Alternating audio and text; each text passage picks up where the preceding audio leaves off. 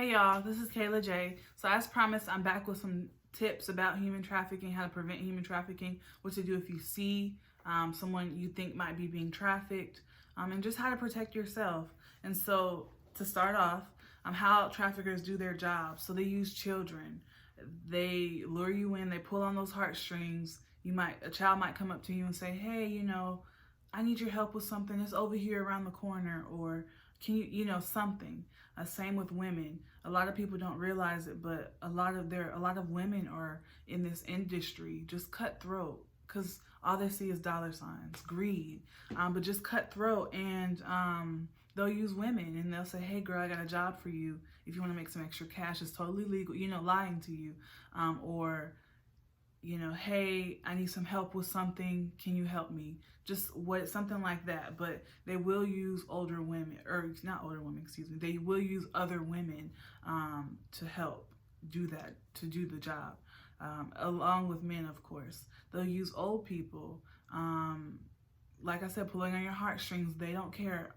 Old people, they may be forcing the old person, or it's just like, I don't know what you're doing, but they said they will pay me $200, and so just be aware. Hey, I need some help. Can you? And I know you want to help everybody, but just use discernment. Like, should I go and do this? Do I feel comfortable? If you don't feel comfortable, don't do it.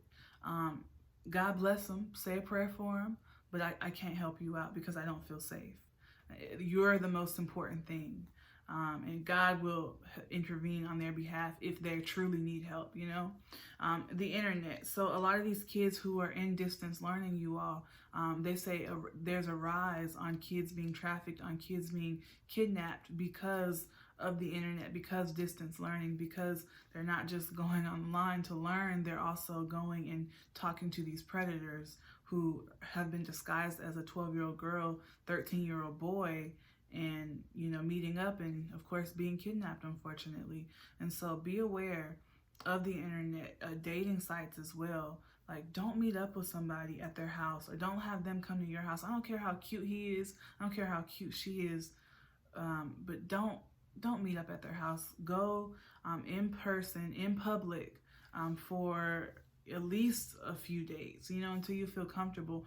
And do a check on them, a background check. I mean, usually me and my friends do it for credit and to see who, but do a background check on this person and see who he really is. Like, every time I'm dating someone new, or my friends are dating someone new, I'm background checking them. I don't care. Background check these people before you, or if you're getting serious about this person, before you think you might want to date them. Parking lot. So be aware. That old trick, and we used to see it on Facebook sometimes, like people will say, hey, can you smell my perfume? They'll spray it in your face. Or, hey, does this smell like chloroform? They'll have a towel, put it in your face. Hey, does this smell like chloroform? Or, hey, smell my perfume. It knocks you out. And so be careful in parking lots, shopping areas. Same thing, like literally hiding in plain sight. And so you wouldn't suspect it, but they're watching and they're observing. And so when you go in shopping areas as well, so when you go into stores, don't be, extra loud or attracting attention to yourself, or even on the phone, because if you're on the phone and you're focused on that phone call, you won't be able to tell that someone's been watching you for the past 10 minutes. Or just be aware, just be always on alert through relationships. So of course, preying on the weak. So people who have run away from home, people who don't have good upbringings, who they feel like they can easily manipulate and prey on, who needed a good father figure, mother figure, and they always fill that void, fill that space that person needed. So that's how they prey on these people. Or also, what I've heard lately is marking your car. So someone might leave something on the windshield, and you see it on the windshield, and you get out your car and say, okay, what is this? And while you're looking at it, they come in, or, your car might be marked with something. And then you see a weird mark on your car. Of course, somebody might have sideswiped you, but in the off chance they didn't, if you see like something weird on your car, that could possibly be something as well. So just, these are some things to be aware of. ways to, I guess, practically defend yourself, really would to be just, I just bought some pepper spray. I bought pepper spray and I bought an alarm. It came as a set. So go on Walmart, go Walmart, Amazon, your local store, find pepper spray, find an alarm. And so walking through parking lots, I just feel practically, I feel safer. I know God is with me, but practical steps, somebody come, you know, hand on the trigger, ready to go. I passed the other day, I was driving by and I passed a kickboxing place. So when quarantine stopped, when not quarantine, but when Corona is subsided a little bit, I definitely want to start taking kickbox classes again.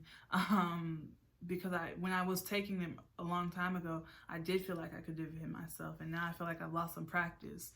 So that would be a practical way to defend yourself, just some self-defense classes.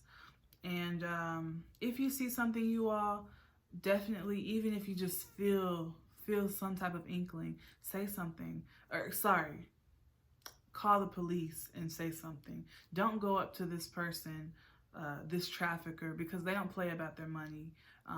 You all, it is very prevalent, and so gangs and drug traffickers on the rise. They know that there's money in selling drugs, but lately in research, what they found is a lot of these gangs, a lot of these drug traffickers are finding more profit in selling people and selling sex.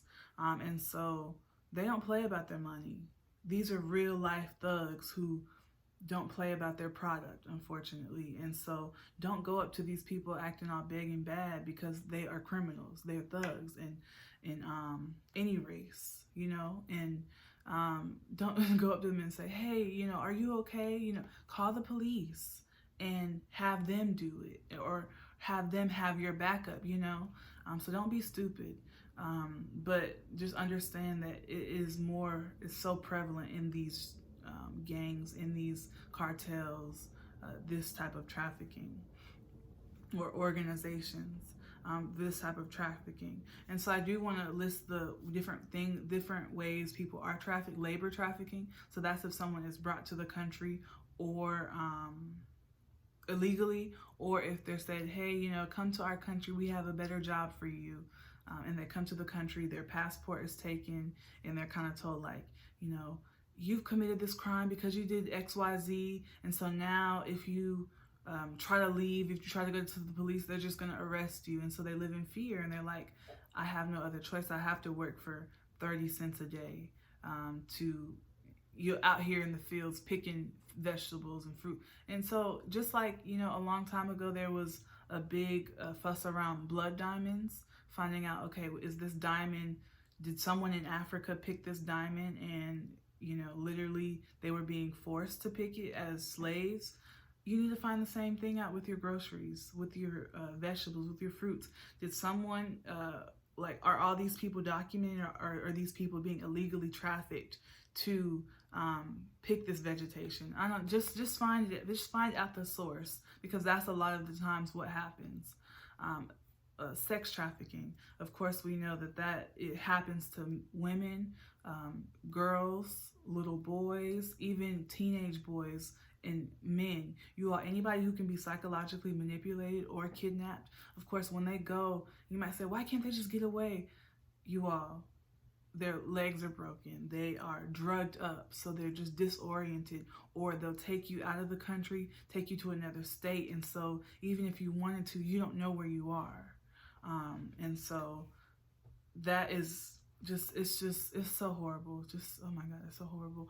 And another thing is child sex trafficking. And so of course that's just with children. And another one, you all, is organ harvesting. And so a lot of people said warning, like on your license, if you put, where the heart is on your license, where it says, if I die, you can harvest my organs. And of course, we know in the medical field, we've seen a lot of, unfortunately, unethical practices where if you do have that on your license, they won't try as hard to save you. I mean, I still have it on my license because I just believe that I know what man says, but I also know my God, and I know that if something did happen to me, I would want them to do everything that they could do, but at the end of the day, I would want my organs to be harvested. That's another thing, though. That's something else. But on the black market, you all, livers, hearts are sold for thousands of dollars. And so they will stop at nothing to get money. You could be perfectly healthy. If they need your heart, you know, so that is another thing to be aware of. And organ harvesting, organ trafficking. And so ways you can help. Mentoring. So you all, they really prey on people who cannot defend themselves, people who have foster care upbringings, people who just look like they need help, lost, run away from home. They prey on them. They act like the big brother, big sister that they needed, or girlfriend, boyfriend that they needed, and they introduce them to that life slowly. And so going in and so research says that one person has the power to change another person's life. So if you are that mentor for one person's life, you have the power to turn that person's life around and encourage their self-esteem so they don't feel like this is all I'm gonna ever be able to do. And so mentor, you all. If you don't have the time, donate. Find local organizations and say, how can I help? How can my money be good here?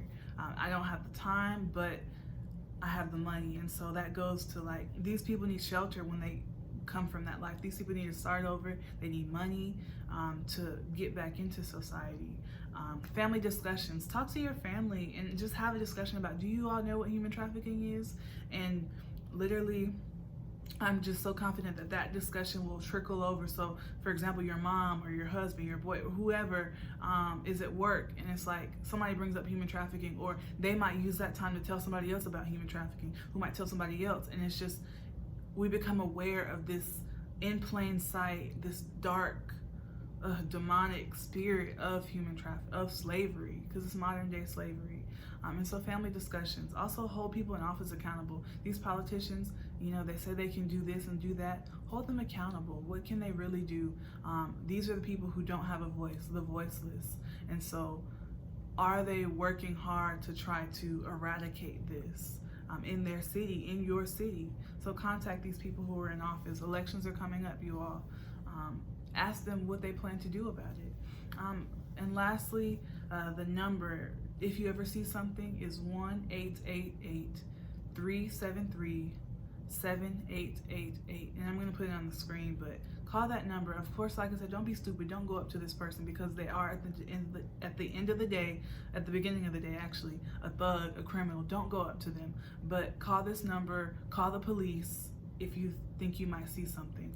But lastly, you all, don't live in the spirit of fear. When I experienced that last couple weeks ago, I was just so, like, I could not sleep. I just said at any moment someone might break into my house, or I might be doing this or that, and I just didn't have any peace at all. And if you know anything about Psalms, you know that Psalms was written by David when David was on the run from Saul, when David was on the run from Absalom, his son. And so it talks about just, God, you will save me from my enemies, Lord God. My enemies' plans will fail, and just different things like that, and just how God will protect you. And so I literally went to sleep some nights listening to Psalms just read to me and be soothed by the Bible of, God is going to protect me from my enemies. God hates evil. God hates people who do terrible things to innocent people. And so I just felt so much comfort in that. So if you are in fear, you all, listen to Psalms. Just listen to the Bible, period. It is truly God. When he says he will be a comforter, he will be a comforter. Because me, someone who's never really struggled with anxiety, had so much anxiety. But literally, I was so soothed by the Bible. I was so soothed by Psalms.